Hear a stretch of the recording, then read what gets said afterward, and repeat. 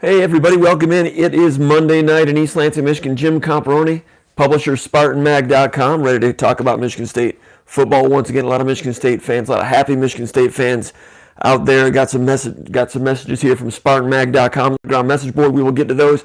Also, throw your questions up on the YouTube chat area, and we will get to some of those questions. Have a good time with it. Appreciate everybody coming in, talking Michigan State sports, Michigan State football.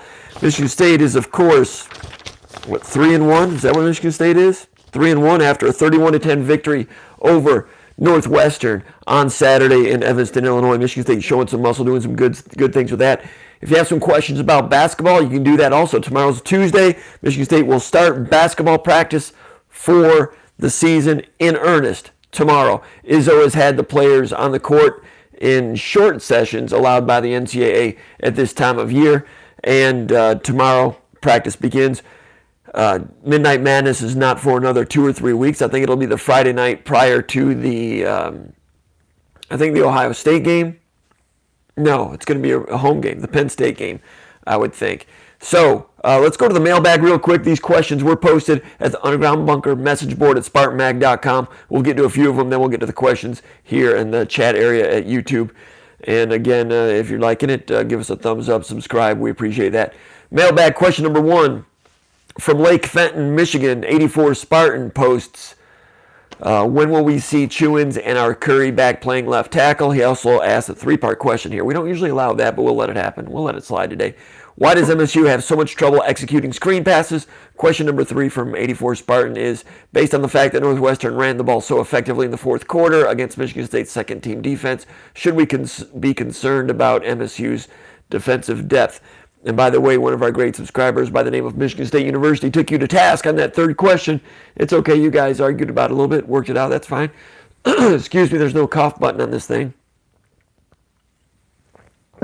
We are live. One of these days we'll have a cough button so you don't have to hear that, but not today. Anyway, Chewins and our Curry. I think there's a chance we will see our Curry sooner than we will see... I think there's a better chance we will see Chewins than our Curry in the short term. Chewins coming back from that back ailment could be back soon. Our Curry, I'm hearing might take a little longer, but nothing is official from Michigan State coaches. They like to keep that stuff quiet, and it's kind of difficult to get information on some of those things. As a matter of fact, when there is information, a lot of times, if you get information from an insider, they kind of swear you to 90% secrecy to the point where you can hint a little bit, but they don't want to lose their sources. Sometimes they just let us know what's going on, just to give us a little bit of a ballpark idea on things. Ballpark idea on Chewins. He is going to be coming back, and we look forward to that because he's a good kid. He's a graduate, finance major, 2-time academic All-American. Would like to see Colt Chewins and his career feeling good about football, feeling good about the way he finishes things up at Michigan State. Question number 2, why does Michigan State have so much trouble executing screen passes? Looked like they were better at it a couple of times in the Western Michigan game. Not a great defense, Western Michigan, but a little bit better against Western Michigan. And then this weekend against Northwestern, they botched one. It was a third down play, and Lewerke just missed Connor Hayward. That was a 3rd and 10. That was Michigan State's 5th drive, threw it too low, and there was a chance that Hayward might have had a chance to pick up that 3rd and 10. That was with about 6 minutes to go in the, would that have been in the first half? Can't remember. Might have been in the half. That's when Michigan State hit their 3 and outs. Yes, that was before their 2-minute drive to go ahead and score and go up 14-3. So that was part of Michigan State's, when they ran into that rut of 3 and outs during the second quarter. That was one of them with Lewerke. Lewerke with a good game for Michigan State overall. Managed the game okay. 18 out of 31, 228. 3 touchdowns, no interceptions. Anytime you get 3 touchdowns and no interceptions, pretty solid, right? 228, 1831, some productivity, a long of 29 yards. That was the big one to Darrell Stewart during the 2-minute drive. Might have been the biggest offensive play of the season thus far for Michigan State. The score was 7-3. That was 3rd and long. That enabled the 2-minute drive to go ahead and punch it in for a 14-3 lead. Lewerke was good, but he hit a little bit of a lull there on Michigan State's 5th drive. That's when Michigan State went 3 and out, 4 straight drives. Was it 3 and out? 3 and out 3 times. But those drives, last week we talked about drive killers. There were some drive killers here. Also, Michigan State takes a 7-3 lead, goes 3 and out, fumbles the punt, goal line stand, gets it back, and drove a little bit on that drive. But that drive stalled. Was not a 3 and out, but that drive stalled due to a sack given up by Tyler Higbee and Matt Carrick. Then there was a false start by Matt Allen, and then a quarterback draw on 13 and 11. Michigan State punted, got out of there, got the ball back. Then 3 straight 3 and outs. The drive killer on the first of those 3, personal foul to Connor Hayward on a block, what they called an illegal block on a green dogging linebacker. Took away a little first down completion for 6 yards to Matt Seibert. They've been using that tight end a lot over the middle, which has been a good addition this year to the offense, I think. That negated 2nd down and 4, made it 1st down and 25. That drive was over. D'Antonio, Sunday night in the teleconference, said he did not agree with the officials calling that a personal foul, did not agree with their interpretation of the rule on that one. So, drive killer should have stood, I don't know, but there's a personal foul right there. No one really was beaten on that play, and Michigan State off the field a couple plays later. Next drive, 3 and out, 2nd down and 10, jet sweep, loss of 8, had to punt because then it's 3rd and 18. On that one, Tyler Higbee allowed penetration on that play. The next drive, 3 and out, that was when Lewerke kind of went a little bit haywire. First down, play action, roll out. He had Cody White open, sitting down, a little counter boot roll. Maybe the offensive lineman, maybe the throwing lane wasn't quite right for Lewerke, whatever it was, held on to it for a second, threw it into the ground, incomplete, missed him, he was open. Then 2nd and 10, pretty good defense, Northwestern with a pass breakup on an out and up to Darrell Stewart. He was kind of semi-open, good ball, but good playing from behind, knocked it away on that one. 3rd and 10, they blitz. Michigan State throws a little screen pass to Hayward. You asked about screen passes. Too low. Hayward, if he catches it, it's man-to-man. Had the 2 linebackers, 51 and 42, Fisher and the other guy, forget what his name is, another Irish name. He had a chance maybe to get through if he makes someone miss, which Hayward's not that great at doing. Maybe could have pushed it for 10 yards and gotten a 1st down there. Long story short on that one, Lewerke incomplete. First one, probably on him. 3rd one, probably on him. 2nd one was good pass defense. Lewerke with a good game, but that drive right there, not his best drive. A point to make there, Michigan State's drive stalled there with 3 straight passes. Earlier in the game, Michigan State running the ball okay. They didn't have the big run play in this game. They didn't break one for 30 and 40, but consistently, Eli Collins early in the game did well. Elijah Collins, we might get back into that in a moment. So you're asking about screen passes. I gave a long answer on that, looked into it. That's the only screen pass I can remember in that game, but it was a 3rd and 10 with a chance to convert that one. Your other question, based on the fact that Northwestern ran the ball so effectively in the 4th quarter against Michigan State's second-team defense, should we be concerned about Michigan State's defensive depth? Concerned in some positions, maybe a little bit. Defensive end, they're so good with their starters, but there's such a drop-off when you get to 3rd string. Jack Camper came back and played in this game, played 2 snaps, didn't play in the first 3 games, did not play all of last year. He was injured. He did play last year. He didn't play in the spring.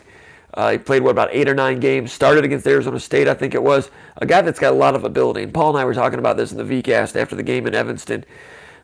Jack Camper's a guy, when I went back and watched last year's Arizona State game against Michigan State in preparation for last week's game, I saw Jack Camper out there, and I'd forgotten how quick and athletic he was. And he was still new to the defensive end position. I was like, man, that guy's got some ability. I forgot about him. Didn't forget about him, but I forgot about what he could be. We have seen Jacob Panashuk continually elevate his game. Jack Camper's got similar ability. If he had been healthy all along, I think he'd be right there with Panashuk. Maybe Jacob Panashuk. Maybe not that good, but someone that can help. In the meantime, Beasley's playing well. Drew Beasley coming off the bench as a reserve defensive end, but they could use another one there. And Jack Camper coming back for the last 2 plays of this game. D'Antonio said in the press conference, the teleconference Sunday night, that's a question that I asked him about Camper. And they say he's got to get, he has to improve some things, get back up to speed, and they expect him to be to come back and be part of that rotation. Beasley, in the meantime, walk on, had the interception, tunnel screen deflected by Josiah Scott, had a good deflection later in the game on a pass rush move. Beasley, walk on from Warren De La Salle, had a little head and shoulder fake for an arm over, got inside, deflected the pass. I mean, Beasley's always been solid, doing his thing. Then you see him make kind of a good, like, finesse, I don't want to say fancy move, but like a higher end move there to deflect that pass. That's not on the interception. That's on a different play. And Beasley just used to be kind of a functional guy. Now he's starting to make some, I don't want to say scholarship plays. He's played at a scholarship level for a while, but Beasley's solid, man. And how about the in-state walk-ons in this game? Remember, Kenny Willekes, walk-on. And Northwestern played away from Willekes a lot. They used a lot of zone read. If they had the ball on the right hash, short side, they would zone read that side because they knew that that's where Jacob Panasiuk would be. And they ran 2 zone reads right at Panasiuk for a gain of 6, another gain of 5 or 6 or 7. Because on one play, Panasiuk played it a little too fat, and allowed some daylight. The other time, he played a little too thin and let it get outside. The third time, it looked like they had a little scrape exchange going with Tyreek Thompson, and they took away the inside, and the quarterback, I thought, made an error in handing it off and ended up getting not much of a gain. Then, beginning of the second half, Northwestern changed it up and ran to the strong side, field side, over toward Willekes, and Willekes made a stop. I think that was a third down play. They did like a split zone thing. Anyway, not a lot of weaknesses out there, but they tried to get a couple plays, move the chains against Panasiuk. That's good, constructive learning opportunities for Jacob Panasiuk, having a pretty good year. But little things like that, he's okay, but he's learning as he goes, needs to tighten up those screws a little bit. As far as the depth, you're asking about depth and the running, the yards. Northwestern churned up a lot of yards in the fourth quarter after the game was out of reach. A lot of the yards were against the second string defense at the end of the game, but one of their drives there with like 5-6 minutes to go was against the first stringers. And I thought Michigan State's first string on defense, up 31-3, 7 minutes to go, kind of took their foot off the gas pedal a little bit. Lost a little bit of intensity. There was a 4th and 1 play for Northwestern, if you guys were still watching, that broke for about 12, 14, 15 yards. On that one, Joe Bocci was still in there, and he made a little communicative thing over here to his linebackers to the right, whoever it was over there, must have been Thompson. And whatever happened, I think the left guard pulled on an inside zone and added a gap over there on the right side of the center where Bocci was. Bocci ended up with 2 gaps having to deal with there. Michigan State was in zone. Butler was the right corner. Northwestern's strength of the formation was on the other side. So Butler probably should have had the outside gap. As it turned out, you had 2 Spartans over there in the same gap. Michigan State had fortified too many people in too few gaps on this side. And then they were a player short here when Bocci had 2 gaps to take care of when that guard pulled on him. Long story short on that one, Bocci tried to communicate, but I think everybody took the foot off the gas pedal right there. First play of the whole game that Michigan State didn't have every gap accounted for, gap integrity. 4th and 1, springs out, gains about 12, 14, 15. That was on the starters. Starters gave up a little more in that drive. Earlier in the game, they rushed for 21 yards on a second quarter play. Xavier Henderson missed a tackle on that one, so did Antoine Simmons. And as I posted on the Underground Bunker message board, Xavier Henderson came back great the very next play. Covered 3 blitz. He's down at the linebacker level as part of that blitz, came in, made a tackle for loss. Like I said in the Underground Bunker, that play he made, Xavier Henderson, reminded me of Michael Doss. Remember Mike Doss at Ohio State? Great one. He used to get tackles for loss in the run game, and he would do it without selling out. He would do it while being functional within the system, just reacting, getting there with speed, getting people on the ground. Henderson missed a tackle, came back in the next play, looked like Mike Doss. It's good for him to just rewind and go at it. Let's see. Let me check the questions here on the chat area. John G's excited. Good to have John G. Let's see. JPB1576 says, hey, Comp. What's up? Mark Lewis. Hey, Jim. Desert Spartan checking in from beautiful Chandler, Arizona. Rob South. What's up, fellas? Crazy how 1 week can change the narrative in the state with college football. That's true, Rob. And I tell you what, going into last weekend, Michigan State, I thought Michigan State versus Northwestern was a 50-50. I thought Northwestern was starting to come around doing some good things against whoever it was they played. Was it UNLV? I can't remember who they played. I watched it. A couple times. I thought their defensive front was looking like it did last year. I thought their offensive line was solid. Quarterback was showing some signs of coming along a lot better than he did against Stanford. And Michigan State was coming off that horrible performance. We all knew that Michigan State, thanks UNLV, we all knew that Michigan State had that game that they showed on Saturday in them. We just didn't know if they could harness it or not. And when you go around trying to time when a team is going to get over the top and do something, man, it's hard to time that stuff. You don't know. I mean, this year in college football, you're seeing teams go from here to here, from week to week, and it gets, you look at West Virginia, Missouri, the ups and downs that some of those teams have had. So Michigan State was able to do that, but going into the weekend, I was like, man, Michigan State's got a 50% chance of losing this game.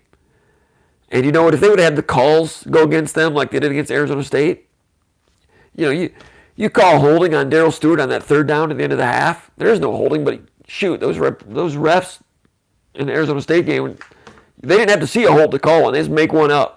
You call holding on Darrell Stewart there, back him up. Michigan State's punting. It's 7-3 at halftime instead of 14-3. It doesn't take much for a couple of calls here and there to change a game. Michigan State was better than Northwestern, 31-3. But seriously, were they that much more dominant against Northwestern than they were against Arizona State? The stats were similar to that Arizona State game. It's just Michigan State made one field goal, missed one. Michigan State finished in the red zone. And Michigan State, well, big difference, forced 3 turnovers. Well, Michigan State fumbled a punt, ended up being a +2 in turnovers, but at the line of scrimmage, Michigan State probably won, 68% of the snaps against Arizona State, probably won 68% of the snaps against Northwestern. Strange football. It's a strange sport, football. That's why we love it. Long story short, that's what I should call this podcast. Short story long is what I should call it. Short story long. Anyway, I thought Michigan State could lose that game. Michigan has been terrible. You're talking about in-state, so Michigan looked terrible against Wisconsin. Everybody knows that. Watching the fallout on that has been really interesting. I thought Michigan had a chance with all the pressure that was on them and their talent at wide receiver. And Shea Patterson can kind of do some good things sometimes. Not this year, though, so far. I thought they might open it up more and get into a rhythm. I wasn't sure about the quality of opposition that Wisconsin had faced. I thought there was a chance Wisconsin might choke on their cheese a little bit in that game and Michigan would get into a rhythm and look different than they did against Army. But as it turns out, man, if that dude for Army makes that field goal, Michigan State's 1-2 right now, and the wheels are big time off. Going into the weekend, I thought it had a chance to be Hindenburg Saturday in the state of Michigan. Chance that Michigan State and Michigan both go down. I mean, it would have been Hindenburg Saturday. And is that uncouth? Is that bad? Is it too soon? How long ago was Hindenburg? 100 years ago? Too soon? Anyway, the weekend also had the potential for one program, as I wrote in Pre-Snap Read, to take a big step, and while the other program in the state took a big backward step, the likes of which doesn't just hurt the month or the weekend or the season, but the entire program, the entire future of the program. If Michigan State would have lost to Northwestern and looked bad doing it, we'd be here talking about where's Michigan State as a program. Instead, they're talking about that in Ann Arbor for good reason. It was like referendum Saturday a little bit. Maybe we were looking too much into it with Michigan State. Maybe they're just fine. That's what it looks like now. That loss to Arizona State and all the problems last year, changing the coaches, made a lot of us rethink, like, where the heck is this program? All those thoughts now seem a little bit silly because last weekend they looked like same old Michigan State, and I mean the good Michigan State. Not great yet, but good. But yes, you're right. The difference 1 week makes in the outlook at college football in the state of Michigan is unbelievable. But that's college football. You only get 12 games, and you take out a couple of those directional games, you get 10 games. In an entire season, 360 days of the rest of the year, 355 days of the rest of the year, come down to those Saturdays. I mean, legacies are built on one game, one season. Legacies go under in one game, one season. Look at Harbaugh right now. I mean, they got some problems. Let's go to the questions. We can talk about that a little bit more, but we're talking Michigan State right now. All right, what is the medium-term prognosis for the O-line? JBP76 wants to know.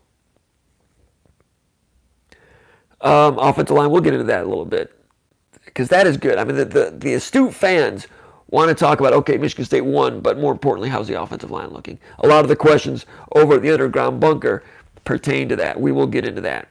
Desert Spartan et al. Sorry, stupid autocorrect. All right, not sure what that means. Stu Redmond, hard not to have drop off at defensive end when one guy's a potential first round pick. Ha ha. You're right, Stu. You're right.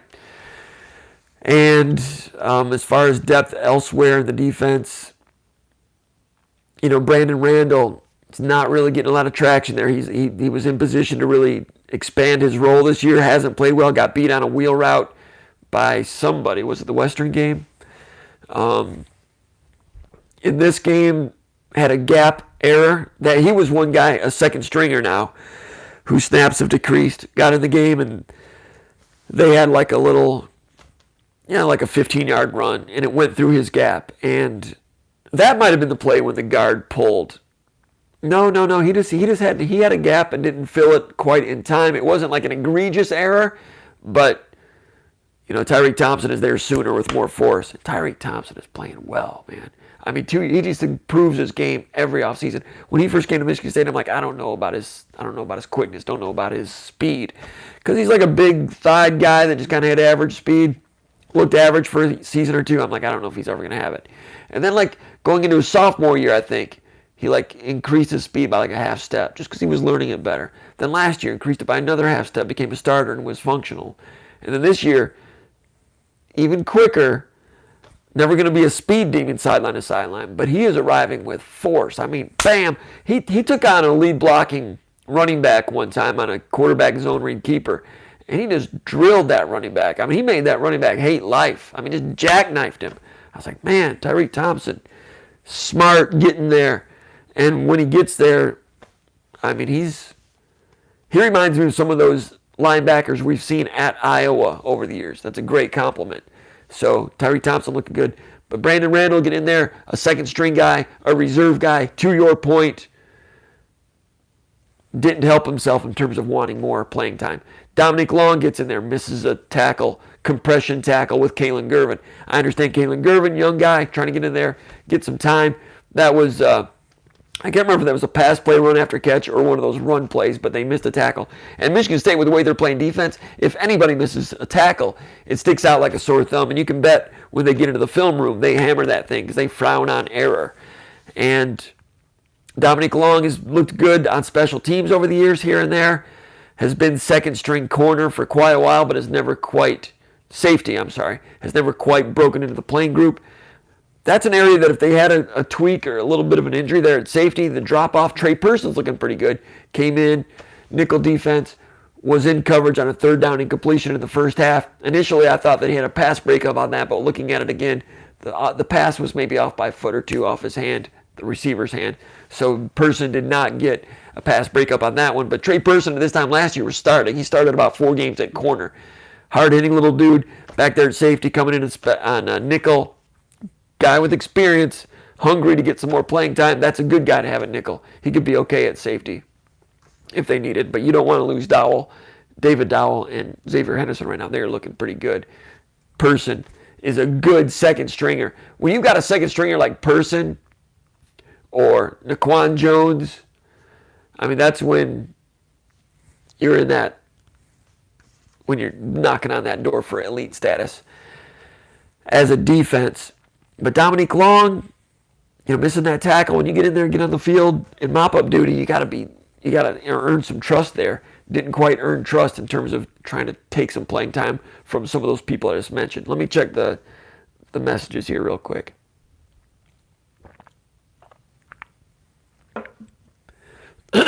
Old Tuck, you're late, Old Tuck. It's 2 tardies for you. Does Indiana have an Alex Smith type running back on their roster? Alex Smith was a good little running back in the old days. They had a dude last year that was a freshman that reminded me of Alex Smith. They gained like 900 yards, right? But I've not watched them yet. And My DVR messed up my copy of Indiana versus UConn. So if any of you clowns recorded that game for no good reason,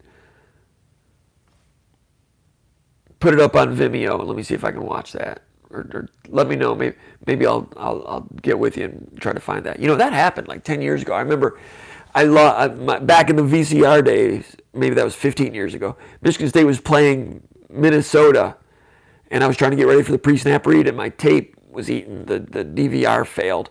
And I put it out there on the Underground Bunker at SpartanMag.com. Hey, did anybody tape that game? And some dude taped the game, like in Livonia. And I drove down there and got the tape from him. Can't remember what the guy's name is. Guy will probably post. But appreciated that, put it to good use. And now for the first time since then, I'm in the same situation. I don't have a copy of that UConn game. It was on YouTube a day for like 12 hours, and then copyright infringement, it got taken down. So I need to find that stupid that UConn game. So I don't know about Indiana's running back situation. The only thing I have right now is their game against Ohio State, and Ohio State demolished them. Ohio State's demolishing everybody. I don't know when I watch that Indiana-Ohio State game whether it's going to be an accurate representation of what Indiana is all about, because Ohio State just has people covered in every way right now. All right, Corey Robinson asking about, he's got a point here about Cole Haan kickoffs against Northwestern. Oh, he's asking a question. Did Mark D'Antonio mention his thoughts about having Cole Haan handle kickoff duties against Northwestern after Evan Morris had 2 strong games? Good question. He talked a little bit about it on Sunday, the teleconference, and I got to put that notebook together still. I had it almost done last night. Had some, when your kids get sick, you got stuff. You got to do stuff. Too much information there. But with Bocce being Defensive Player of the Week, there's a little more news to add to that. So D'Antonio mentioned it last night at the teleconference about the kickoff situation, and he thought Michigan State with one of the kickoffs that sailed out of bounds for the 35-yard line penalty. He thought it looked good coming off the foot, and the wind blew it out. So I guess they didn't grade him poorly on that one.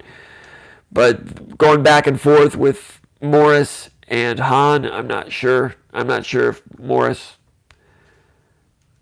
what the redshirt status is there. It's a really good question. D'Antonio was asked if Michigan State has a philosophy. Are they trying to hang it up and go cover and keep people inside the 20? D'Antonio said no. They just would rather hit it out. If they can hit it out of the end zone, that's what they want to do. So I guess on the surface, they're looking for someone who does that best, and it's still an open competition, I guess. But no, D'Antonio was not asked specifically about why he went back and forth with 2 different kickoff specialists. Spartans Forever says, how did Slade and Daquan Jones look on the drive after White's muffed punt? I know you said Slade's made a good play on the goal line, but seems like Northwestern was moving the ball on the ground when Williams and Mike Panishik went out. I zipped through that game kind of fast, and I didn't notice that. I took a lot of notes, but I didn't notice what went on in that drive after that muffed punt. So this is why I like to have the questions on the Underground Bunker, because I can spend this idle time. You don't have to sit here watching me while I look through information. I'm just trying to find something that jogs my memory on that drive. After that muffed punt, Michigan State took 7-0 lead. Punt, muffed punt. All right, so into the goal line. It was just a 27-yard drive.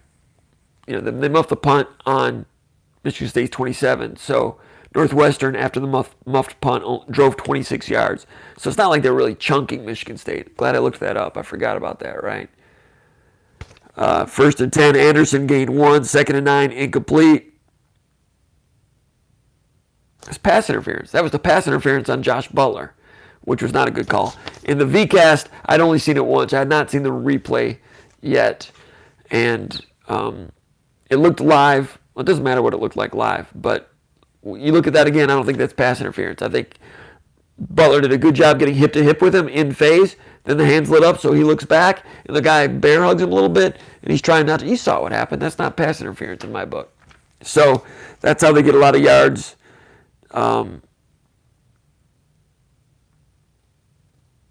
gave him to the 23-yard line on that?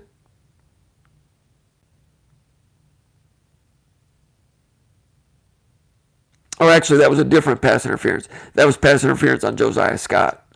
So that was just 3 yards. All right, so then Bowser rushes for 4, 2nd and 6.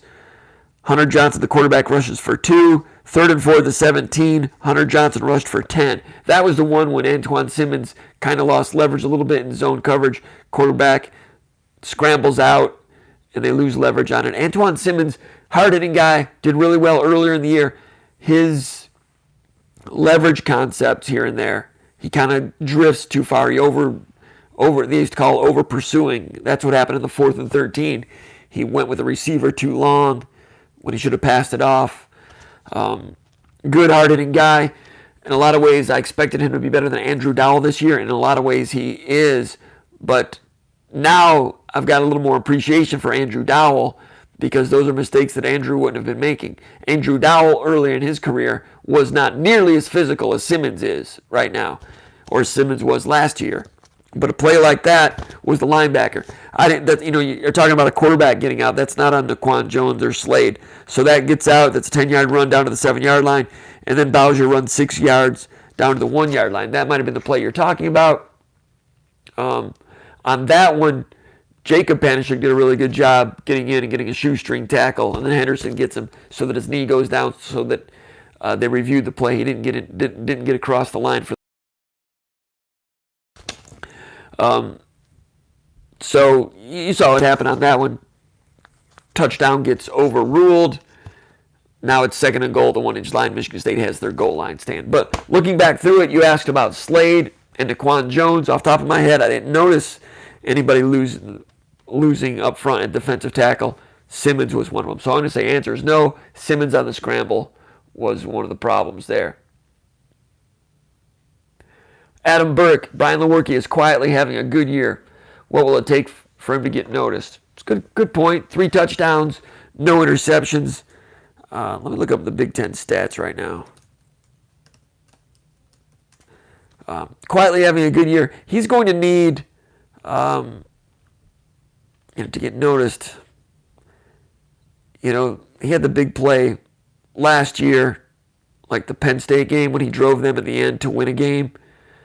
I know that's not good for everybody's blood pressure, but that's the type of thing that would help him kind of go to the next level in terms of recognition. I can't find it right now. I'm not going to bore you with that while I look for it. I'm not the greatest person in terms of navigating websites, but when I go to a website like Big10.org and I can't find the stats in less than 21 seconds, all right, here it is. I guess this was my fault. I was about to throw a fit, but it's different this year. It's the first time I've gone here this season. Individual leaders, come on, dead air. Passing game average. Brian Lewerke's 3rd in the Big Ten, 256 yards a game, trailing Adrian Martinez and Sean Clifford. Sean Clifford for Penn State, 6 touchdowns, no interceptions. Adrian Martinez, 7 touchdowns, 2 interceptions. Penn State has more explosive wide receivers. Sean Clifford, he's only thrown 75 passes on the year. Brian Lewerke's thrown like twice as many passes. But Clifford is averaging 260 per game. That's interesting. That's a lot of productivity per play on Clifford. Penn State, meanwhile, in the first 2 or 3 games was really bad on offense in 3rd down conversions. I don't know how much of that's on the quarterback. All right, enough about Lewerke. Let's see what we have here. Desert Spartan. Well, it looks like Wisconsin still has not played good competition. Smart Alec. Excuse my throat. Sorry about that. Joe Jarvie. Cybert Willikis. By the way, I'm pronouncing Cybert correctly now. Dude scores a couple touchdowns. You have to, right? Cybert Willikis. Oh, talking about walk-ons. I got away from my point about walk-ons. From the state of Michigan, you had Cybert from Traverse City. Willikis from the Grand Rapids area. Beasley from Warren De La Salle. That's when I got off on the tangent. Buter from Farmington Hills Harrison. Former walk-ons with lots of time. And Sowards. Jack Heinrichs came in at the end. Pedrozo snapping, long snapper. He's from Ohio. I can't remember where Heinrichs is from. I could look it up. But Cole Hahn. Hahn is a scholarship guy. Is this the strongest our walk-on program has ever been? No, I'd say the Rose Bowl year. I don't know about ever, but the Rose Bowl year, remember, you had Trevon Pendleton at fullback. You had Kyler Ellsworth. You had Connor Cruz. Ellsworth and Pendleton were heroes in that Rose Bowl. Pendleton scored a touchdown. So, but this is good. I mean, Willicus, All-American. Seibert, they call him Mr. Reliable, good hands, productive. Still with blocking, it's okay, can get better. Buter's a backup offensive lineman. That's valuable. Beasley, backup defensive end. That's nice and valuable. And by the way, the Bergen kid is a walk-on for Northwestern, playing outside linebacker. One of their leading tacklers. Of course, his father played for Michigan State in the 1987 Rose Bowl team. And Bergen is a walk-on from Detroit Country Day, or Bloomfield, Birmingham, what do they call it? Bloomfield, Beverly Hills Country Day, I think they call it. So when you talk about those walk-ons, State of Michigan walk-ons, Seibert, Willicus, Beasley, Buter, and then Bergen, a lot of good State of Michigan walk-ons in that game last weekend. Joe Jarvie, Joe Joslin at Joe Jarvie, that has to attract even higher quality walk-ons in the future, right? Good point. Some of these guys could have gone elsewhere. I mean, Seibert, I don't know if he was scholarship at the University of Buffalo or not. That's something I want to find out during interviews tomorrow. But he left Buffalo to come to Michigan State. He grew up a Michigan State fan, Traverse City, liking the Bullas, the Bulla family from Traverse City, wanted to be a Spartan.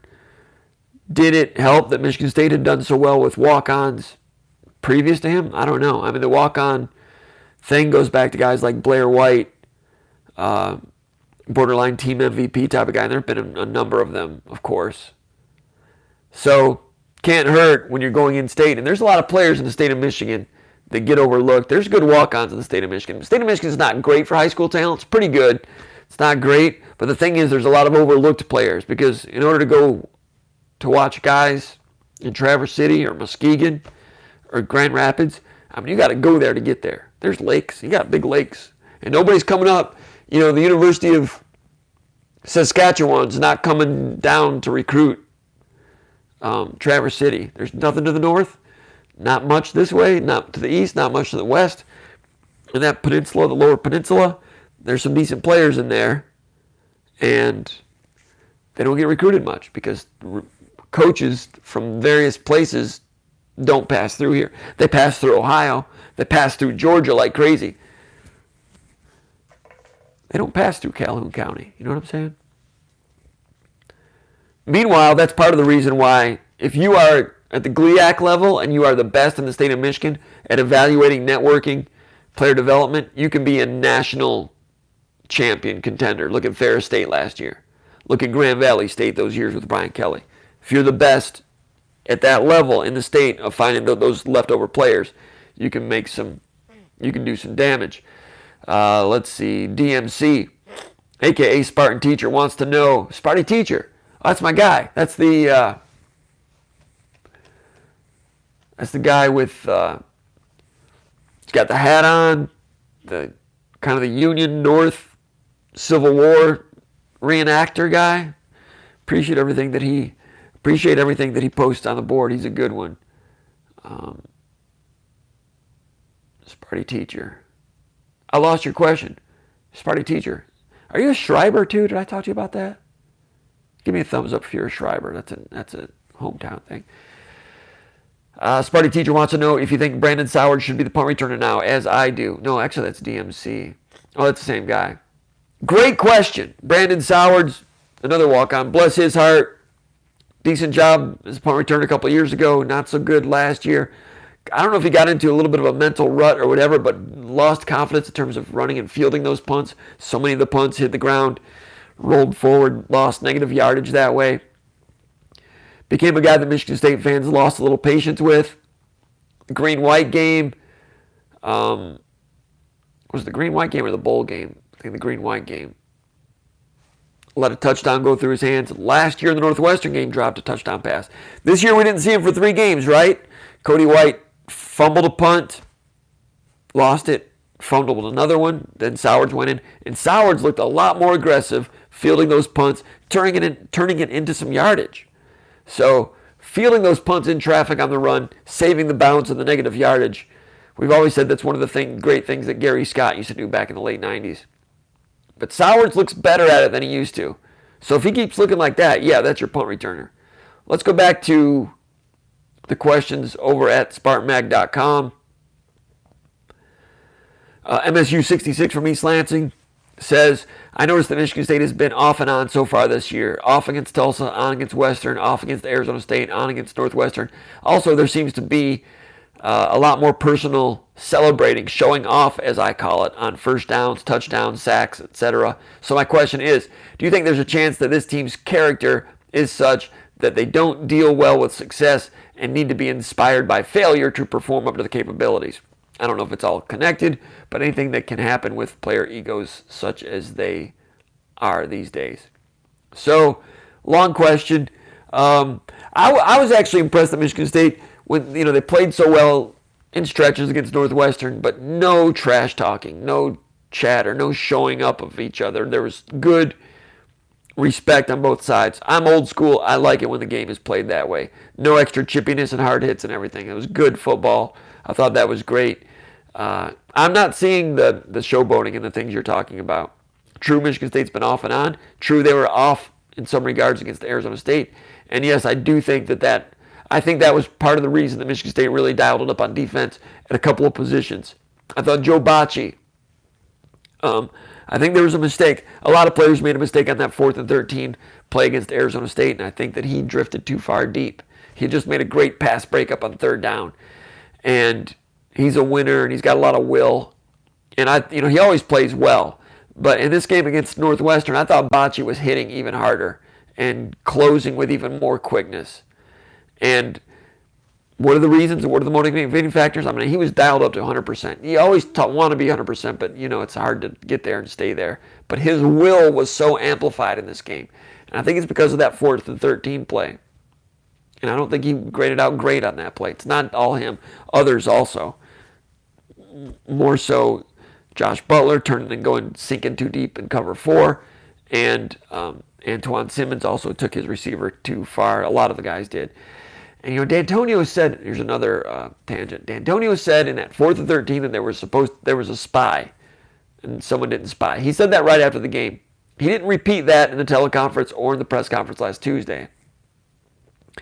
I look at that play and I don't see anyone out of place that looks like they should have been spying. Everybody looked like it was pretty symmetrical zone. It looked like everybody fit into the puzzle, although it skewed too deep.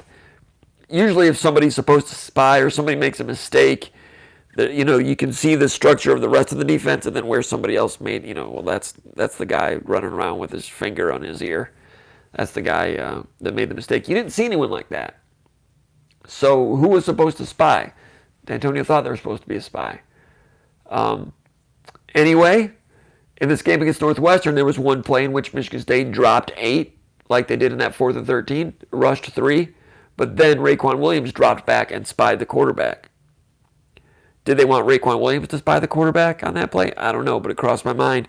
Is that the same defense Michigan State ran on 4th and 13, but this time the spy spied, and it was Raekwon? I don't know. We won't know. They're a tight-knit group. They're not going to tell us. They'll all take the blame rather than saying who made the most egregious mistake on that. And that's fine. We don't need this. They're not elected officials. We're on a need-to-know basis on that. It's not like you can FOIA, Freedom of Information Act, who made the mistake on defense. At the end of the day, it's fun for us to look at and try to figure out, because we're always trying to gauge, okay, where's the mistake? Where are they being made? Is there commonality in the mistakes? What are the chances it can get fixed, so we can look at the ceiling of the program and what they can aspire to be? That's why we do it. In the media, at least what we try to do in our news organization at SpartanMag.com. And that's why you guys like SpartanMag.com, I hope. It's part of the reason. It's part of what we do. Anyway, I'm not seeing that showboating you're talking about. I think they're okay. Also, from the Underground Bunker message board, L.A. Sparty from sunny southern Utah says, we've seen a lot of missed assignments and miscommunication over the first 4 games. Reed and Carrick, along with Siebert and other tight ends. Where is this gap in communication, knowledge, assignments missed coming from? Is it players? Is it unfamiliar fronts? Is it scheme? Not talking about getting beaten physically, that also seems to be happening at an alarming rate, especially on the right side. But what's going on with communication? I think missed assignments were bad in the first game, improved in the second game. Third game, they ran the ball okay, but not good enough against Arizona State. In this game, I thought it was better. Michigan State didn't end up with a huge total in the rushing department, rushed for 109. But the telltale stats, Elijah Collins averaged 4.5 yards a carry with a long of 13. He was getting good chunks. Connor Hayward averaged 5.7. They didn't run the ball a whole lot. Michigan State didn't. 109, but averaged 2.7 for a team, which is terrible, of course. Ladarius Jefferson, 3 carries, 3 yards. See, Anthony Williams had a loss of 7. Darrell Stewart had a loss of 8. Lurkey was sacked a couple times, so that hurts total numbers. Total gain was 135. Take away the losses, at net's 109. So they had 135 in gains on like 37 carries. Sometimes these stats, 40 carries, 109 yards, that's not really what the tailback runs were. I look at tailback runs, and I want to see tailback runs when the game is still a game, not when you're in mop-up duty. Specifically, Elijah Collins, 17 carries, 4.5 yards per carry. That was solid. Offensive line was not perfect. There were some mistakes. Let's go into that a little bit more right now. But I liked the way Michigan State opened the game with some of the things they did on the ground. The first touchdown drive, Elijah Collins, I think second or third play of the game, gained 7 on an inside zone. And double team actually got movement on the defensive tackle. It was that Saunders guy, number 90, a good defensive tackle. A good, solid defensive tackle for Northwestern. Matt Allen, Luke Campbell, double team, and moved his butt 1.5 yards down the field. Last year, double teams didn't move anybody all year. Nobody. And if you're spending 2 blockers on one and you're not getting any movement, the run game is not going to work. First run play, moved him, and then Luke Campbell got out to 51. Gallagher, I think it was Gallagher, was a Fisher. I mentioned this on the message board. Double team, it got him. Then Campbell, no, that was Allen. Who was it? Darn it. It was Campbell. That's the quickest I've ever seen Campbell move to get out of the linebacker level. Feet got him out there, then he gets him, turns his feet, seals him, play goes this way, gains 7 yards. Not only double team, got out, and then moved his feet to get the seal. Great. Well, it's good. But good for these guys is great. And then, let's see. There was another play with the center pull. Let me get to that in a minute. Because Michigan State's new wrinkle this year, or for this game, was the pulling the center. Zone blocking, center pull, like a power, adding a gap over there.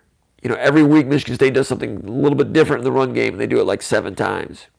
And then in the second half, Michigan State pulled that center and did play action. Used him as an escort for pass protection.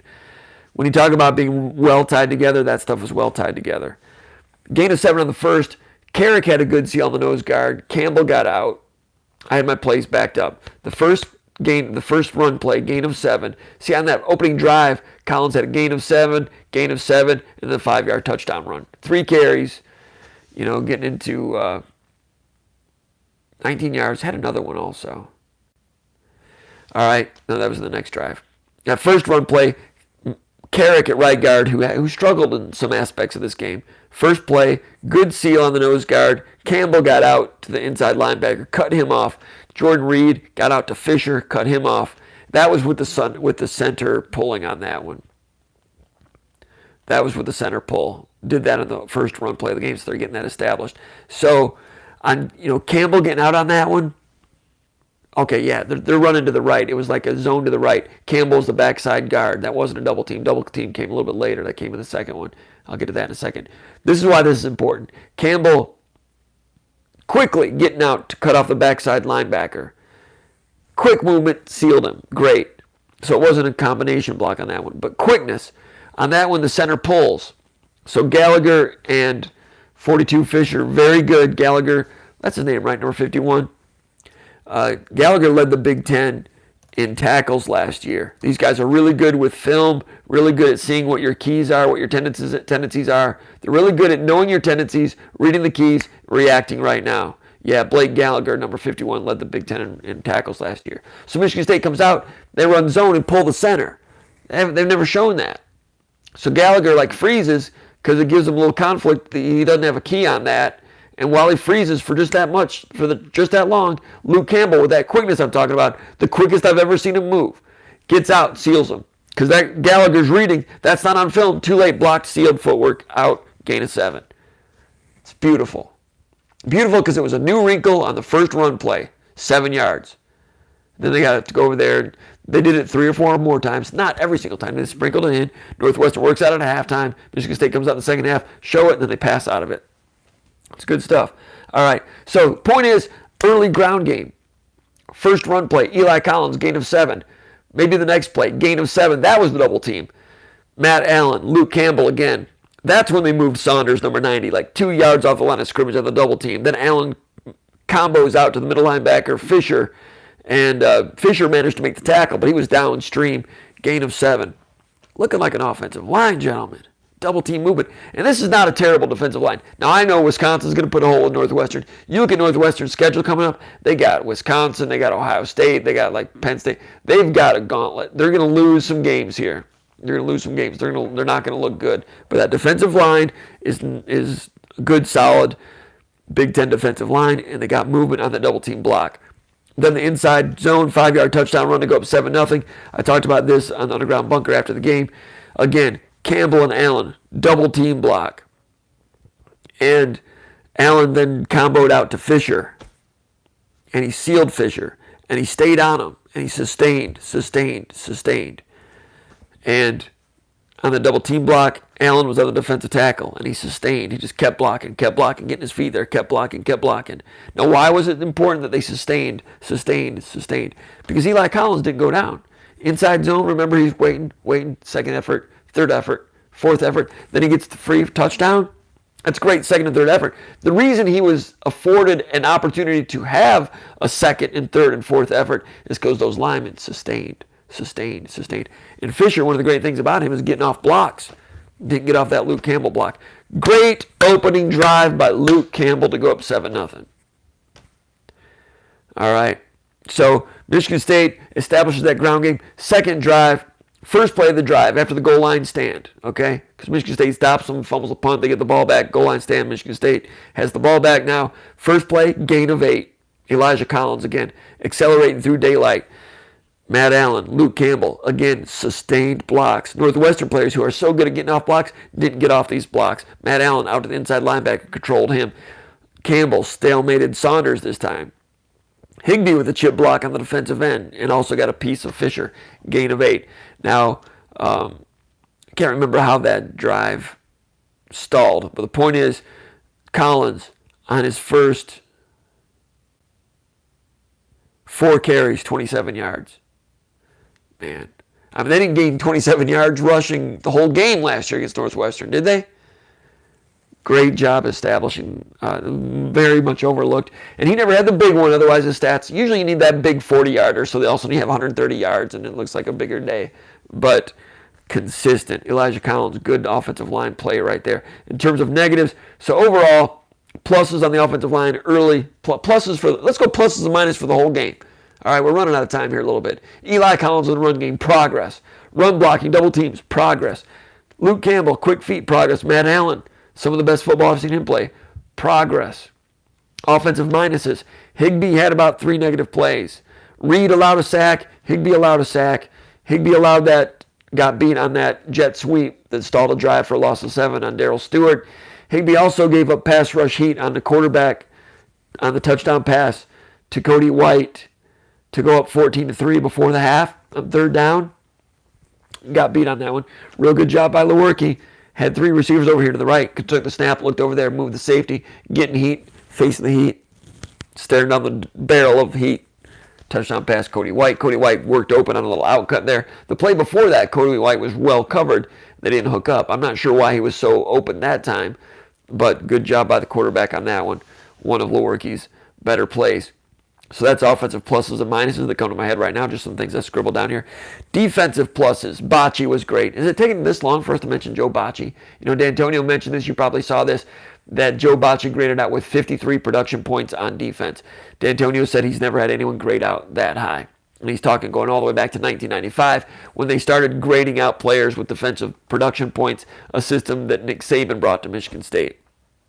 D'Antonio's held on to it through his days at Ohio State and back at Cincinnati and to Michigan State. And 53 production points for Joe Bocce, the most that D'Antonio has ever charted. Joe Bocce, the problems on that 4th and 13, the problems with the loss, the team thinking that they were better than that, they need to be 3-0, they should be 3-0. All those things added to the focus and the will of Michigan State collectively in this game. I mentioned in the VCast that Northwestern caught Michigan State on the wrong weekend after a loss like that.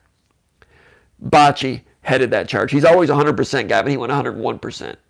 I know there's no such thing, but Bocce, his quickness, laying out some of those tackles, some of the pop that he had on one of those pass breakups, hit the dude hard, checked out for 2 plays. Noah Harvey came in. I mean, Bocce,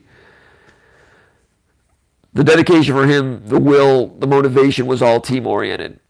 Obviously, they needed to win. Secondly, I'm just guessing that he might have been mad at himself on that 4th and 13. Other people should have been mad at themselves too, but that's part of his motivation, I'm guessing also. Thirdly, I don't know if he's motivated by things like this, but Patty Fisher, the inside linebacker, the middle linebacker for Northwestern, was first-team All-Big Ten last year, third-team All-American.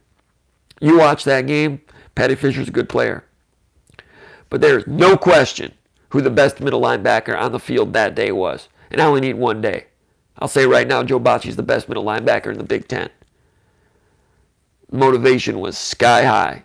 Pick any one of those as to why Joe Bocce turned into wild man in that game, but he was excellent, and it was inspirational to watch him. Good for him. Let's see. Defensive minuses. Third down defense was not great in the first half. You know, Hunter Johnson, the quarterback for Northwestern, threaded the needle a couple times in some of those chain-moving passes, intermediate passes. It's not bad defense, but if you're looking for minuses, you know, they looked like old Northwestern there for a while. Difference is, in past years, Northwestern's done that for 60 minutes. But for a while there, Michigan State fumbled the punt, missed a field goal, left them in the game, and Northwestern started to get a little rhythm going. And that game was tough and in the balance for a while. It's good that Michigan State faced some adversity. The old cliche came back, found their groove, hit the gas pedal, put it away. Josiah Scott gave up a little slant and a little dig on a couple of really good accurate passes on third down conversions. Not bad on Josiah Scott, but that's good football. Good team, made a good play, whatever. David Dowell, one of the third down conversions, the number 3 man on a man-to-man, on a slot out. David Dowell has him as the number 3 receiver. Number 1 receiver is the closest to the sideline. Number 2 is the second one in. The third receiver from the sideline is the number 3. David Dowell had him in man-to-man. And with those 2 receivers going down and running interference, the third one, it's really hard at man-to-man for Dowell to run through all that forest and get out there. And Northwestern's always done a really good job with inside receivers, slot receivers on out routes like Austin Carr a couple years ago when he catch like 17 passes against Michigan State. It's hard to cover that in man-to-man. They do a good job of that. So, accurate pass, picked up another third down. So Josiah Scott gave up a couple. Dowell gave up that one. Dowell also allowed another one on a 3rd and 5 for a gain of 9. So, is that a minus? It made things tight there in the second quarter because Northwestern was converting third downs. Other negatives on defense, Jacob Panashuk talked about that earlier on some of the zone read where they looked to go at Panashuk with zone read to his side of the field. That's a learning experience for him. He wasn't bad, but gave up a couple of 6-yarders. Xavier Henderson and Antoine Simmons missed a tackle on that 21-yarder. Antoine Simmons lost leverage on that quarterback scramble that got it down near the goal line for the goal line stand. So, got to wrap up here. Let's go through questions real quickly. From Kalamazoo, Michigan, MSU 2008. Any word or guess if Shaq Brown will be back for the Ohio State game? I've not heard. And they need him. They could use him. Question also from a guy named Michigan State University, one of our great ones. All these guys are good posters. From Walled Lake, Michigan, via Naperville, Wheaton, Illinois, via Pebble Beach, California, via East Lansing, Michigan, via Flint, Michigan, and his name is Michigan State University, and he's connected. He knows he's got some connections. He's got some insider information on the bunker a lot. He says, what do you think this team's ceiling is? Ceiling. Hey, we've seen D'Antonio have some really good teams win 11 games that did not have games like Michigan State has already had this year. 31-3 against Northwestern, became 31-10. And the Western Michigan game. Think about Rose Bowl, think about 2015. They didn't look this good in September back then, in some ways. But the loose screws got to get tightened up. Offensive line, that's the variable right now, and it will continue to be. So ceiling, what's the Ohio State looks so good. So the ceiling, the best you can do is 10-2, I think. That's the ceiling, I think. You could still have a pretty good team and finish 8-4 because that Arizona State game is a blemish. All right, what are your thoughts about the future with Peyton Thorne looking good in camp? Yeah, I've heard that. He looked pretty good.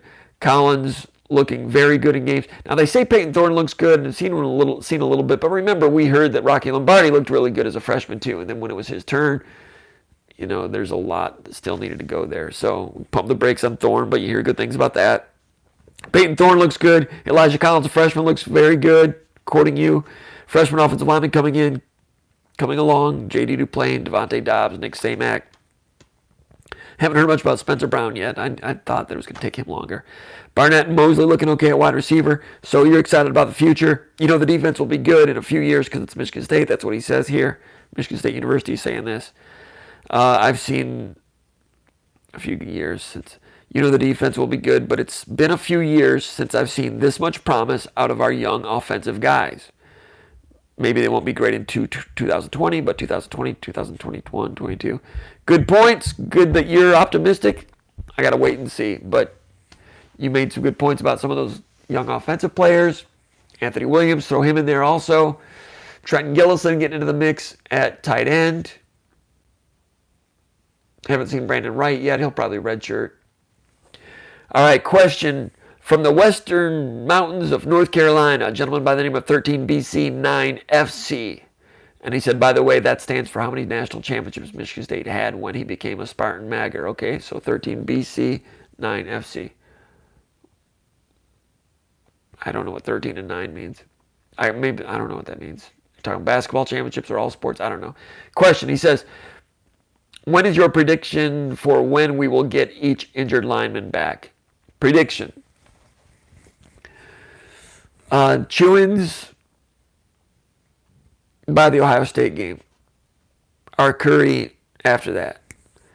All right, question number 2. When will we see some of the younger wide receivers start to get playing time and targets?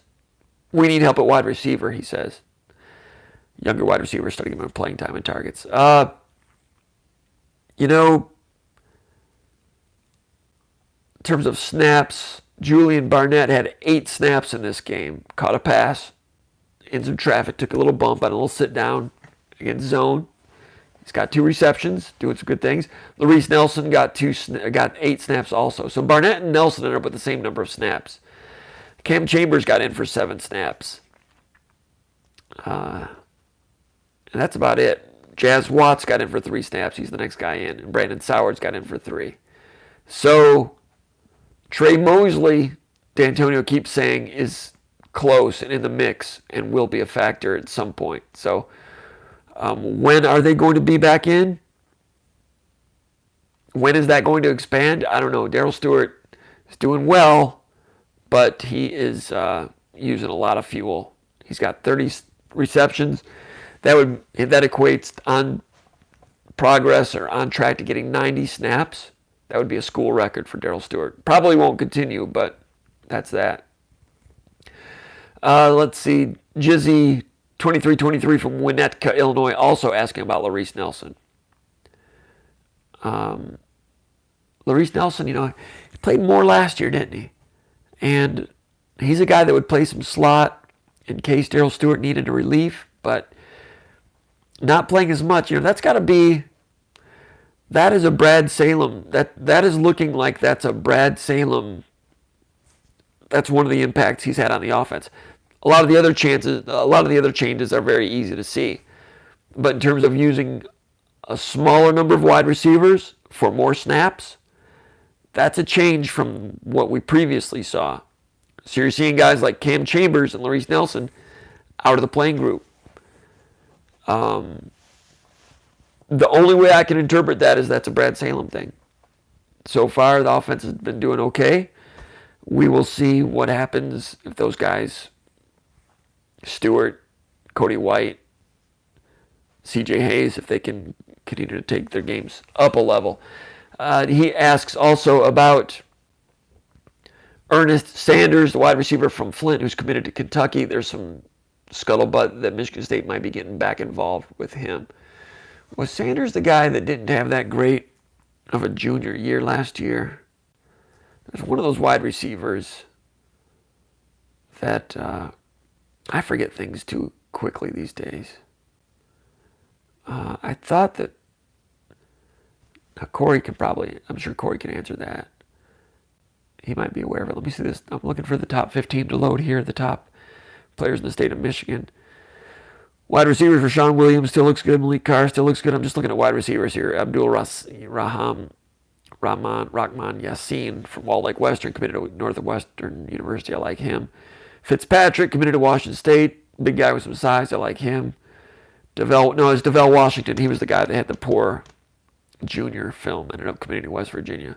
Sanders, excellent vertical athlete, great basketball player. Exciting basketball player, not a great basketball player, but Sanders, I'm gonna have to check in on that. I'm not sure. I'm gonna have to check in on that real soon. But there is some scuttlebutt that Michigan State is in there a little bit, possibly, where he might be showing some interest in Michigan State. We'll keep an ear to the ground on that one. MSU Polo from Rockford, Michigan. Hey, Jim, curious to hear your thoughts on the right side of the offensive line and the quality of blocking those guys currently are at, and are they capable of improving? Thanks, Corey, for answering that about Sanders. Right side, Reed was beaten for one sack. Carrick, I'm not going to go over all of them, but he had more negatives than usual. Had a couple of plus plays, but had some negatives. So the right side was not as good against Northwestern. You asked my thoughts about the right side. Right side was not great. Needs to get better. Campbell and Allen were better. But then, Higbee had 3 loud mistakes. But Higbee had those loud mistakes, but was solid on the other plays. Is that an overall negative day? Maybe so. We can look at the Pro Football Focus grades. Do I have those? I had them up before. And I don't always agree with all of Pro Football Focus. There's times when I think when they see things and they grade something, but they don't always know what the assignment is. And they may not know Michigan State assignments as well as, it's unofficial, okay? But it's something to look at. For pass blocking, they had Luke Campbell at 85.2. That's a dark green. That's winning. Dark green is very good. And then light green is good. And then lighter green is okay. And then you get into yellows. It's not as good. Red is losing. Luke Campbell, this is the rankings for run blocking for Pro Football Focus. Luke Campbell's number 1. Blake Buter's number 2, 23 snaps. Matt Allen, number 3. Buter graded at 82. Matt Allen at a 72. As far as offensive linemen goes, Trenton Gillison was 5th on the team. 4th was a running back, Anthony Williams. He plays 4 snaps, so he's just kind of thrown in there. But next lineman up was Trenton Gillison, playing 35 snaps, light green. Then you get into Jordan Reed at a 49. That's like a substandard. Seibert at a 35. That's negative, not good. Higbee at a 30. That's a negative. Matt Carrick at a 24. That's in pass blocking. For run blocking, anything less than 50 is not so good.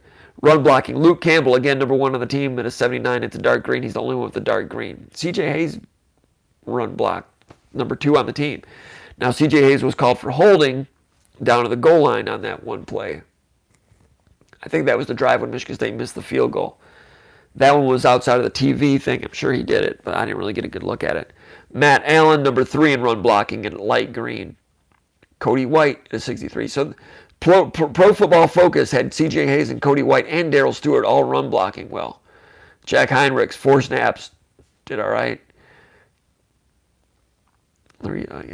See, I'm going, it goes down in a hurry because you're getting into Brandon Sowards, Julian Barnett.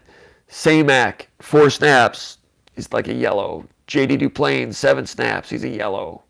Buter, this is run blocking, a yellow. So Buter did better job pass blocking than run blocking, according to this. You get down to Carrick. He's in the reds. Jordan Reed, run blocking, red. So, not so good. Those guys made some progress, but not quite playing total winning championship football yet. Let's wrap this thing up here. Sparty 1981 said, I saw Chase Klein in their defensive end late in the Northwestern game. Is he being permanently converted to defensive line, or was that just a lack of depth, experimental thing? Good question, Chase Klein, an active player, 6'3" frame, can do either. Maybe they think they've got more offensive or outside linebackers going forward. I don't know. I think he can do either. Reminds me a little bit of John Reschke a little bit. Could he move back to linebacker? I don't know. Good question, though. I don't know the answer. It's something we need to look into. Maybe they think he can be a full-time defensive end. Obviously, they think he can. That's why he's there now. But I don't know. But he's got some ability. He'll be on the field here in the future. Maybe they think he can be, I don't know, Willikis type. I don't know. Victory for MSU is his name, from Stevensville, Michigan. How did Higbee grade out? He looked functional to me, one whiff I can remember, but several posters were hammering on him during the game. I went over some of that stuff. I thought he's functional on most plays. Gave up a sack, got beat on the jet sweep, and also gave up a pressure on the touchdown pass. Other than that, for your number 4 left tackle, they're glad they had him. They're glad they had Tyler Higbee for that game. I'll leave it at that. So thank Tyler Higbee. Give him some applause. Don't be hard on him. I mean, he's doing his best out there. And he was pretty upset with fans last week, I think, and maybe for some good reason. If you struggle as a college kid, I don't know why people have to tweet at somebody negative things, but Michigan leads the country in negative tweets at the student athletes. Fishing Dave with a question. He says, Stewart's on the field too much. Who steps up and takes some of that playing time from Darryl Stewart? The answer's Julian Barnett, Larice Nelson. Barnett's coming along. They're giving him more and more. D'Antonio says they need more route crispness out of him. Crispness. Everybody have a Merry Crispness. Larice Nelson. I'm surprised Larice hasn't played as much this year, but like I said, I think that must be a Salem thing. This will be my last question from the Underground Bunker. Thanks for those of you that posted. I can't get to all of them. Solar Sparty from Inverness, Florida says, how much improvement did the O-line show? Did any of the new young backups step up and play functional football? All right. I went over the game real closely, but the last drive I've not had a chance to really go through. Dobbs with 4 snaps, Samac with 4 snaps, Isaiah with 4 snaps, Duplain with 7 snaps. I've not looked at them yet. So I'll check that out. I'll be looking at that on the Underground Bunker. Maybe I'll post about that. Let's go over here to the chat area. Let me see if I can go through here real quick.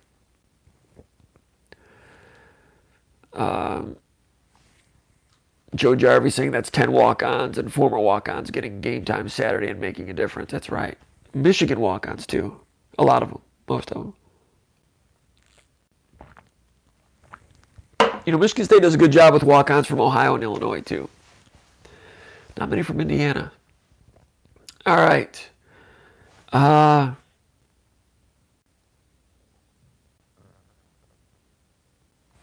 Desert Spartan says, I still think Michigan State can get to that great echelon if the offensive line continues to solidify. Collins seems like the real deal. It would be great to see a second running back emerge. I would agree with that. I got one more point about Collins. Where is this? An overlooked play. A key overlooked play. Michigan State was leading 14-13. Second half. They had driven down and missed a field goal. They're dominant. They're controlling the game, but it's 14-3. Still kind of dangerous. The way Michigan State has like dangerously lost games in recent years if the offense isn't finishing. Michigan State with 4 touchdowns and 5 red zone trips in this game. Or would it be 4 out of 6? Because they made 1 field goal and missed 1. But the one they made, were they in the red zone? I don't know, but I may have gotten that stat wrong. That's what the stat sheet said. But now that I think about it, when I wrote my article, it might have been wrong. All right, key plays. It's 14-3. This is like midway through the third quarter. 3rd down and 1 at the Northwestern 44-yard line. It's easy to forget plays like this, right? Unless you go back over it. I'd forgotten about this. When I say it, you'll remember. 3rd and 1. That's the type of play Michigan State wouldn't even try to run. They would try to run the ball last year and they'd get stopped. Against Northwestern, they were passing on 3rd and 1. Last year, they could not run the ball against Northwestern. This play, Michigan State had run the ball reasonably well through the course of the game, was confident in the run game here. 3rd and 1, ran an inside zone. Matt Carrick, who didn't grade out all that well, but in this play, got enough movement. I think he was down blocking on this one. Versus 90, Saunders. Good combo. Carrick got good movement there. Enough movement. Collins did a little dip and dart and dipped inside of number 51. Gallagher coming into up to the line of scrimmage. On that play, Collins had some room, not a lot. The room that he had was Carrick giving it to him. But I really think that Connor Hayward would not have picked up that first down. But Collins, with a little bit of a dip and a dart and a zig and a zag and a little bit of vision, got in there and glanced through a little bit of contact, gained 2 yards. That prolonged the drive, keyed the touchdown drive. 1st and 10, Michigan State went in there, scored a touchdown, goes up 21-3, ball game. 3rd and 1, picking up 3rd and short. The running back doing a big part of the load on that one. To your point, Elijah Collins looking good. And when Hayward was looking good last year, and Jefferson, at this time last year, Hayward was looking okay, I was continuing to think, to me, I thought Collins was the best pure running back of the group. And I said that during the offseason this year and into the spring. I thought he was the best pure running back, toting the rock. He had to improve his pass protection and other things. And I started to doubt myself on that as to, whether I had seen what I thought I saw during the recruiting process and so forth. But now that he's gotten those other things solidified, now you're seeing the higher ceiling talent that Elijah Collins has as a running back compared to Jefferson and Hayward. That's obvious now. All right. From Los Angeles, Sparty7779 says, I love these sessions. Thank you. Thank you, Spartan7779 from Los Angeles. Thanks, man. Special teams seem inconsistent. Fumbles, penalties, short kicks, missed field goals. Was there a change of coaches in this area? No, I don't think it's coaching. And D'Antoni says they're working on it a lot. Kickoffs, they're scrambling around, or that's a rotation. Coughlin misses some field goals. They're surprised about that. D'Antonio said during the teleconference that he thought that Coughlin lifted his head a little bit too much on the one that he missed Saturday. So let us keep repping it.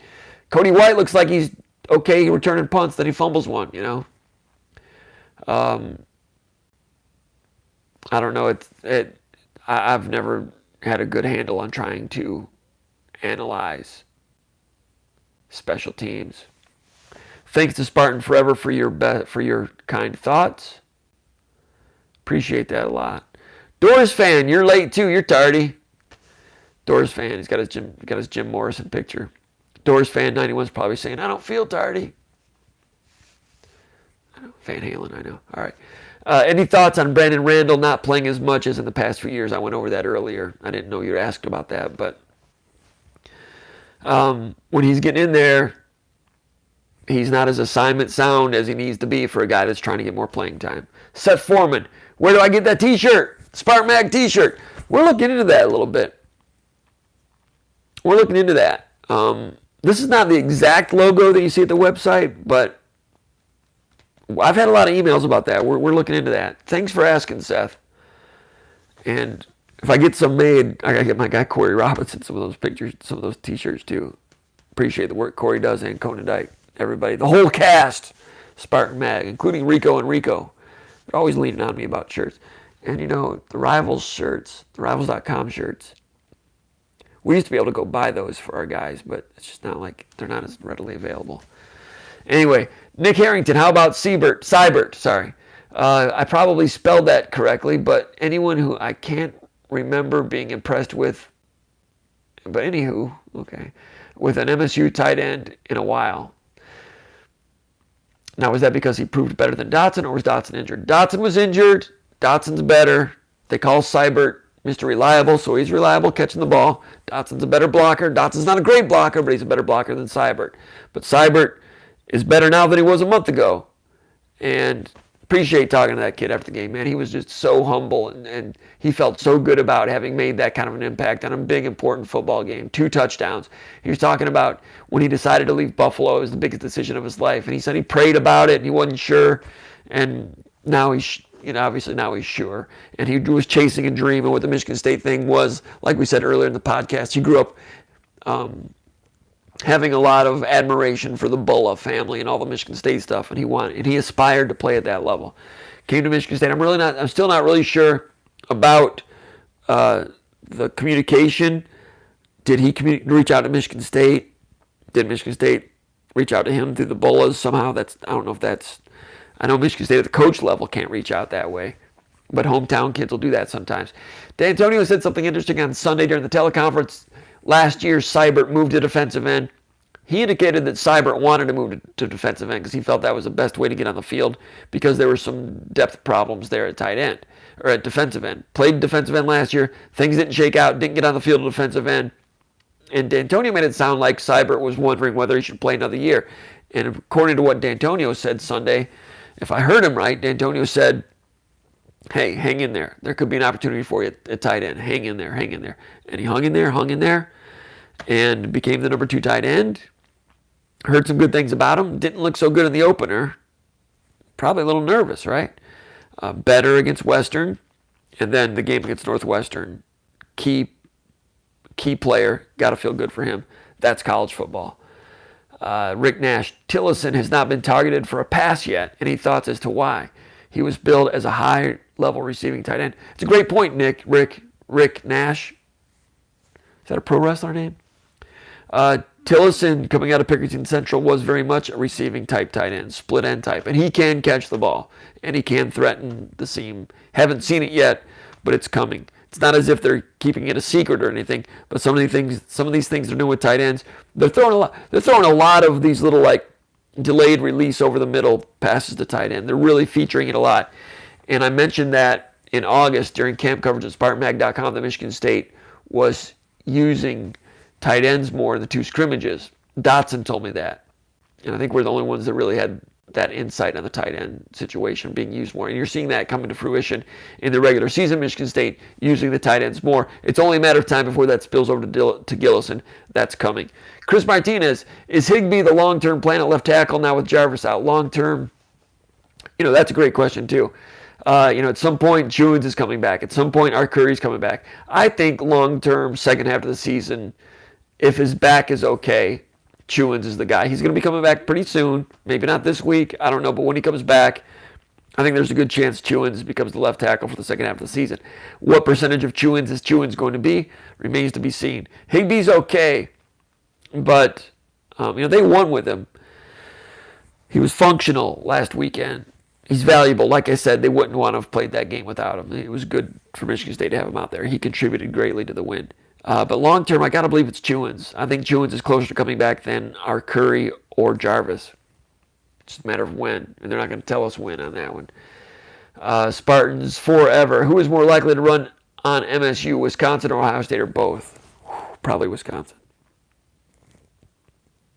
Looked pretty good, didn't they? But I was watching that Michigan game, and Badger Camp Randall Stadium is not as bad as it used to be for camera angles with the television copy. It's a little bit higher than it used to be, but back in the Ron Dane era, you watch a Wisconsin game and that camera level was so low. And you're trying to watch, instead of seeing like 5 offensive linemen like this, guard, tackle, center, guard, tackle, they look like this. And you can't see who's doing what. You just see a mass of people, and then all of a sudden Ron Dane runs out for 40 yards. Like, who blocked who? Who missed a block? What the hell are they doing? It used to drive me crazy.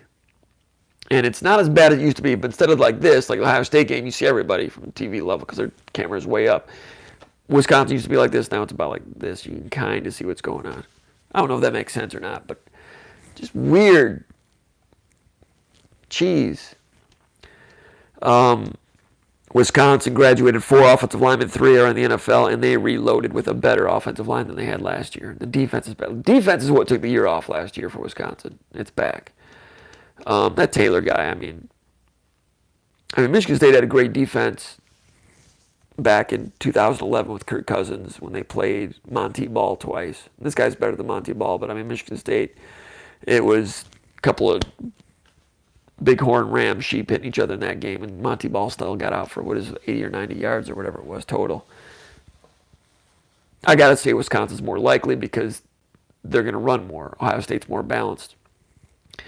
I wasn't proud of Ohio State throwing deep with a 65-0 lead against Miami of Ohio. I don't know what the hell that was all about. Rick Nash, any thoughts on the train wreck that is Michigan football? It is rather amusing watching Harbaugh look like a clueless buffoon on the sidelines. Rick, that's not very nice. Come on, man. It's almost Christmas. Michigan. You want to get into this? We've been going for an hour and a half. I got other work to do.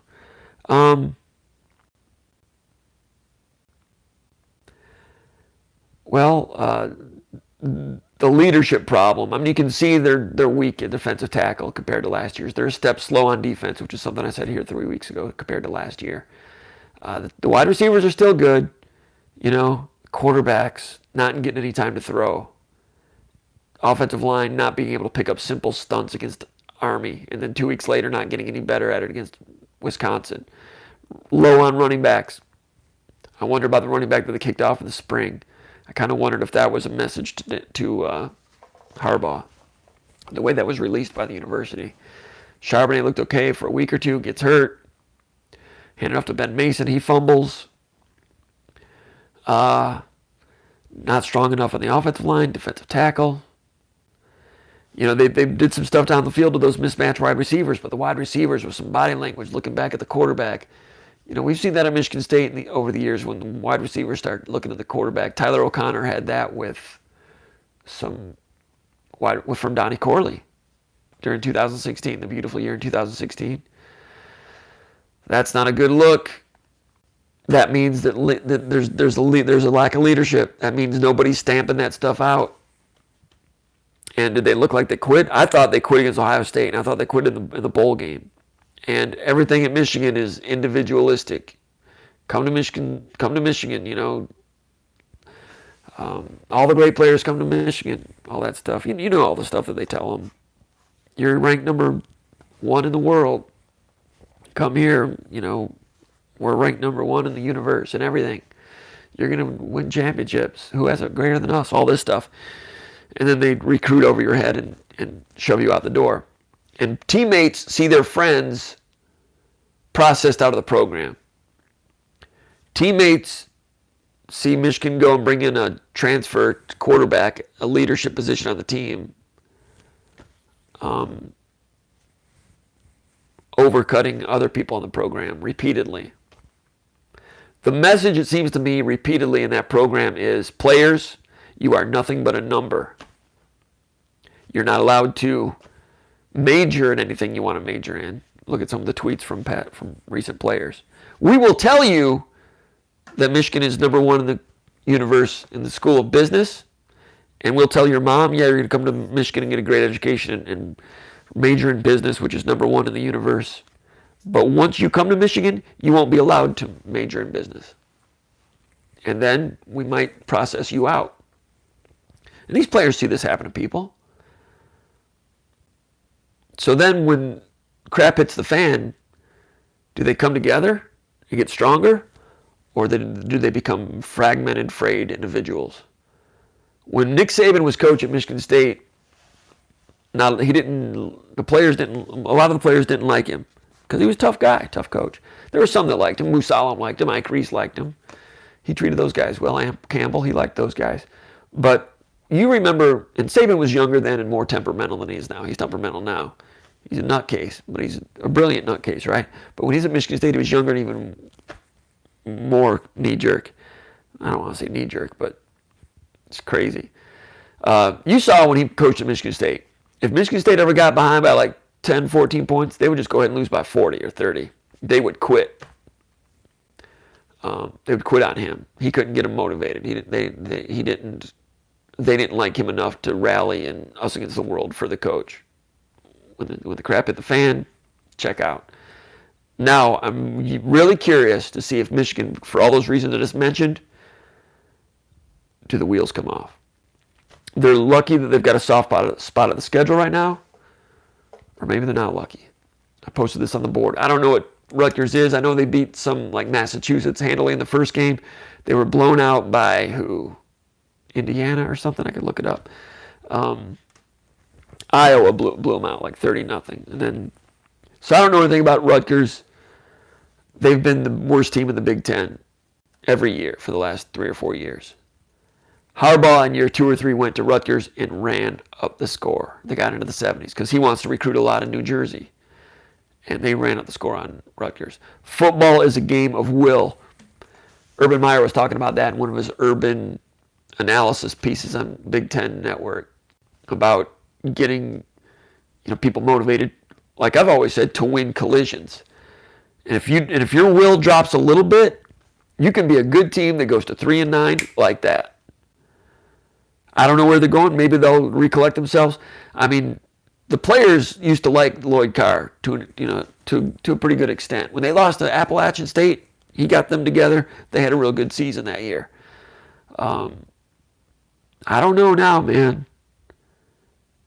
And Rutgers has got to be smelling blood in the water. And I don't know anything about Rutgers. I don't know how they match up. But Michigan is not all that good. And McCaffrey's not available. Shea Patterson is not playing well. He missed some open receivers. Gaddis, the coach there, the offensive coordinator, how much control does he have? I heard Chris Ballas talking about that, saying that Gaddis was kind of frustrated during the offseason that every time he tried to make a phone call to Shea Patterson, Patterson was on the golf course. So all that stuff adds up. You're a little bit weaker in the trenches. You're having these problems for whatever reason at offensive line. Quarterback, a little shaky. Wide receivers are starting to, grumble because they're better than this. And they want everybody to know that it's not their fault. And they're better than this. That's the perception, right? Defense, everything's down a notch. And if the will is down, and you have Rutgers coming back, if they're motivated by 76-0 or whatever that score was, it could get worse. I don't know if that's going to happen. I've probably talked too much, but it is intriguing. It is an intriguing situation. Nationally, you're hearing people making fun of Michigan a lot. Now, here's the other thing. When you're a Michigan State fan, for years, even when Michigan was having trouble with, the Brady Hoke era, the Rich Rodriguez era, if you're a Michigan State fan, you always knew, well, they're the next coach away from just turning around, like, and boom, being gangbusters quickly. They're always, close. There was always some other option. Now, I don't know what the next option would be. How long would they be, quote unquote, stuck with Harbaugh if things don't improve? And it doesn't look like, I don't see an improvement. I don't see any signs of improvement in the near future this year. It could happen, but I doubt it. I mean, you got to play Michigan State, got to play Iowa, got to play Notre Dame. Iowa's pretty good. The quarterback is steady. They're not as good on the defensive line as usual. And number 32 at linebacker for Iowa, it does not look like an Iowa linebacker. But, Iowa's playing pretty well. That's at Michigan. By then, if the wheels are off, that's the type of game you can lose. At home against Michigan State, if the wheels are off, that's the type of game you can lose, and lose ugly if Michigan State is in Viking mode. Then you got Notre Dame. Of course, you have Ohio State. Penn State's in there. Penn State's different, but effective in a lot of ways. Yeah, you could collect a lot of losses there. So, when Rodriguez was going downhill, you just knew Hoke was out there or whatever was next. When Hoke was going downhill, you knew Harbaugh was out there. If Harbaugh, are they stuck with him long term? What's next? You hear about Matt Campbell at Iowa State. But unlike those train wrecks, if this becomes a train wreck, I don't know about the light at the end of the tunnel. And one of the first clues that there was a problem was the quote in the John U. Bacon story when Harbaugh was talking about the cheaters in the SEC. It's hard to compete with the cheaters in the SEC. That was the first sign that he was making excuses. And he's right. It is hard to cheat with the cheater, to play and recruit with the cheaters in the SEC. Michigan State can't go down there and recruit against Georgia and Florida and beat them. And I don't think it's really expected to. If you want to go down there and beat Georgia and Florida for recruits down there, you got to pay them. Okay? And Michigan State's not going to do that right now. Past years, has it happened? I don't know, but it's not that important. It's important in Michigan State, but it's not important to cheat. Other places, just, hey, cheat, go ahead, do what you have to do to win. Michigan State, to its credit, in my opinion, doesn't go for that. And if it bends that way, it hasn't been tolerated by presidents, and people get fired and so forth. I think that's good. Michigan State's not going to beat Alabama and Georgia. They've gotten on the field with them. They're not going to beat them in the current climate. You can say that that's wrong for Michigan State to have a defeatist attitude that way, but that's your opinion. You're entitled to that. Michigan expects themselves to be at that level. Michigan, you know what the record is, 1-10 versus whatever in the last 5 years against ranked teams or on the road, or the record when they're an underdog. The record against winning teams is not good under Harbaugh. You know all that stuff. So they've had enough trouble. Obviously, they can't beat Ohio State. They've had plenty of trouble with Michigan State and Penn State. They're having enough trouble in the Big Ten. Michigan, there's a whole nother level. There's another whole level of hell above this Big Ten stuff they've been struggling with Ohio State. There's another level of hell called Clemson, Alabama, and Georgia that Harbaugh's never even been on the field with those guys. I mean, Ohio State's played Clemson twice in the playoff, right? Or Orange Bowl once, playoff twice. Orange Bowl once, playoff once. Blowout, blowout. Michigan State played Alabama a couple times. You saw it happen. Blowout, blowout. Michigan State beat the Mark Richt Georgia team once. That's great. Beat Baylor when Baylor was really good. That was a really good team. Beat them. That's great. Michigan State's been on the field at that level with those guys. Ohio State's been on the field at that level with those guys. It is not pretty. Michigan's never even been up there. They're having all this trouble down here. If they were going to play those jokers, holy crap. They don't even know about that. They're expected to be there and to compete with those guys and win. They're not even. It's like what Windsor said in his article in the Free Press in Valenti. It's a regional program in terms of how good, in terms of productivity and wins and so forth. So they've got a real identity problem there, I think, now. Santa Claus no longer exists. The Great Pumpkin's not coming down to the pumpkin patch, and they're all figuring that out now. Their place in the universe has been turned upside down. So getting to that level, Michigan State, they went 8 or 9. You guys want a better season than that, but pretty comfortable with, well, whatever. Enjoy it. Enjoy the season. Go after it. Be the best they can be. Whatever. That other stuff, that just piles up on Michigan, and it hurts their direction, I think. And it's been years and years. And now, for the first time, they hit that level and the wheels are coming off. But for the first time, as opposed to those seasons, there's no obvious go-to to solve it. And that's a problem. Sorry I went so long on that. I wasn't sure if I wanted to get into all that, Rick, but here we go. We've been going for an hour and a half. I got to shut this thing off. Rob South, he had scholarship issues. Decided to walk on here, Jim. He had a scholarship and decided to walk on. Rob South talking about Seibert. Spartans Forever. I feel a Linus reference coming up. Rick Nash. You're right. Spartans Forever. You're right about Linus and the pumpkin patch. I was going to tweet that, but I didn't. We'll wait and see what happens with the Rutgers game. Michael Shank, message retracted. Nick Harrington. Why does it seem like when we run slants, kind of like how OSU ran against Michigan last season, we have good success? Yet they aren't ran very often. Any idea why? Michigan State ran those shallow crossing routes in the 2-minute drill. Caught them in man-to-man, hit that one. Then one of the crossing routes was in zone. So usually that's a man-to-man play. And then on the 3rd and 16, hit Darrell Stewart on a crossing route against man-to-man for 29 yards. I called that the biggest play of the season thus far for Michigan State. Scored 7-3. That elongated the 2-minute drill, kept it alive. 14-3 halftime. Changed that game. That's a great play. The slants, sometimes double slants on 3rd down is something Michigan State likes to do. Back in the Dan Rochar days, they did a lot of double slants all the time. It became predictable. So far this season, Michigan State's done double slants on 3rd down once in a while. Did not do it in this game, but it's part of it. Michigan State will also do some other 3-man concepts, the snag and some other things. They're changing it up, but the slant is good because theoretically it works against man-to-man or zone. Rick Nash. MSU 66 doesn't know what he's talking about. Don't see the extra showboating either. Corey Robinson talking about DeVell Washington. You're right. I finally figured that one out. As far as Sanders, it's something that we're still looking into. Haven't heard definite interest yet. Okay. Doors fan, Kevin Nash is the wrestler from Detroit. That's right. Well, was Kevin Nash, was he Razor Ramon? Was he the one? I get those guys mixed up. Or is that Scott Hall? I can't remember.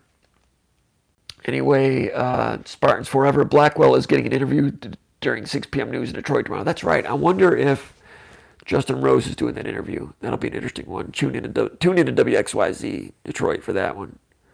Desert Spartan 1. How will Michigan State's hockey team do this season? Great question, man. And I just got the hockey news NHL preview, and when they on the Detroit Red Wings page, they're talking about they're